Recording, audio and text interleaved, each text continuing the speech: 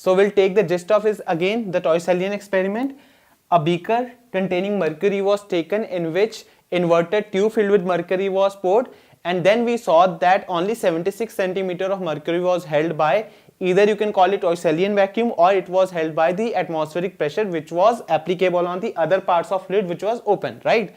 So according to that we just derived the value of atmospheric pressure as to be 1.013 into 10 raised to power 5 pascals, right? And considering this value of atmospheric pressure, we can also find the height of atmosphere, see, or height of vertical gases above us till the till what height these gases are extended up to.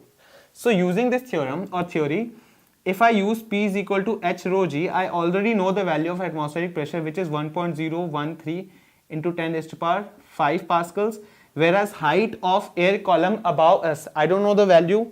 Density rho, air is supposed to be of density 1, to be approximate it's 1.3 into density is 9.8.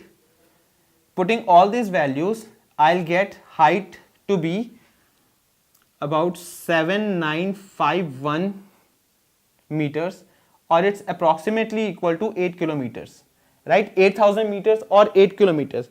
So that means atmospheric gases extend from this height till 8 kilometers, which is not true. We know that, right? So where is the flaw coming? Flaw is not in the formula.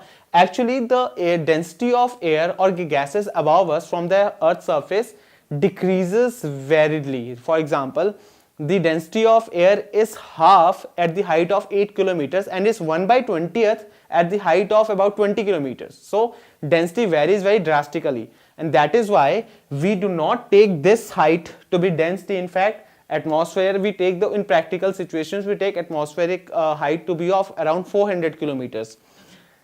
Just remember one fact, that above 50 kilometers only 1% of the gases remain. Above 50 kilometers only 1% of the gases remains, rest all is ions and everything. So this was Toy-Sellian experiment. So now since we have done atmospheric pressure, let's go through some important SI units which we use to study atmospheric pressure.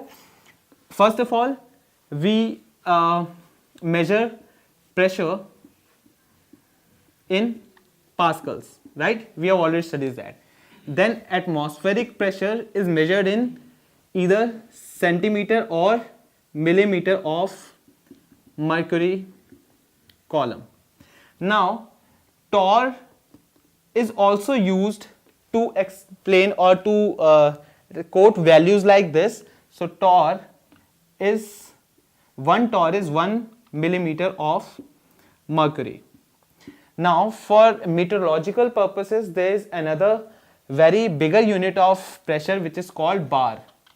1 bar is actually 10 raised to power 5 pascals, and there is 1 millibar which is 10 raised to power minus 3 bar, or 10 raised to power minus 3 into 10 raised to power 5, which makes 10 raised to power 2, that is 100 pascals.